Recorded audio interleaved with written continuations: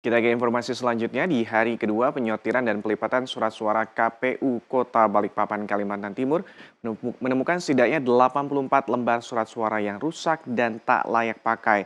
Kendati rasio kerusakan surat suara dinilai masih rendah, namun kerusakan surat suara ini mengakibatkan KPU Kota Balikpapan terpaksa harus meminta tambahan surat suara ke pihak percetakan.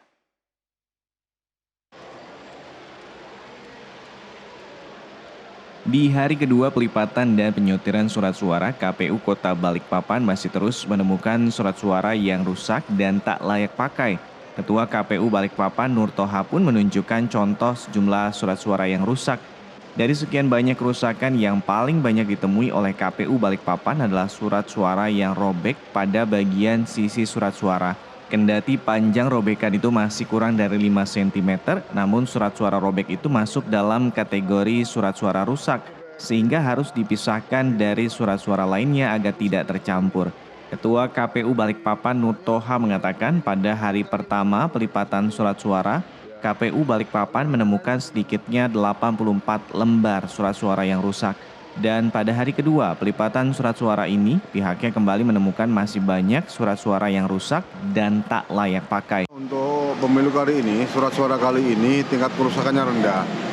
Dari satu dapil kemarin yang kita periksa, yang kita lipat sortir, satu dapil untuk Balikpapan Kota, itu kerusakannya cuma 84 saja. Menurutnya kerusakan itu diantaranya seperti surat suara yang robek, serta ditemukan adanya titik hitam besar yang menyerupai bekas pencoblosan di foto salah satu peserta pemilu. Hal ini pun dinilai tak bisa ditolerir, lantaran bisa menimbulkan perdebatan saat proses pemilu 2024 nanti berlangsung di setiap TPS.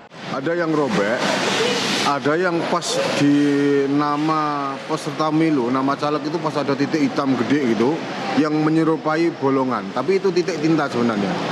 Nah ini nih, nanti kalau kita biarkan, nanti jadi perdebatan di tingkat TPS. Maka yang kayak gitu kita tidak toleransi. Tapi kalau titik itu di luar itu semua, kita masih bisa toleransi. Menyikapi masih banyaknya temuan surat suara yang rusak dan tak layak pakai, KPU Balikpapan pun rencananya akan kembali meminta tambahan surat suara untuk calon anggota DPRD Kota Balikpapan ke pihak percetakan.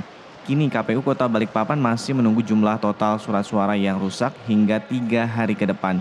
Lantaran proses pelipatan surat suara untuk anggota DPRD Kota Balikpapan hingga saat ini masih berlangsung. Nusantara TV melaporkan.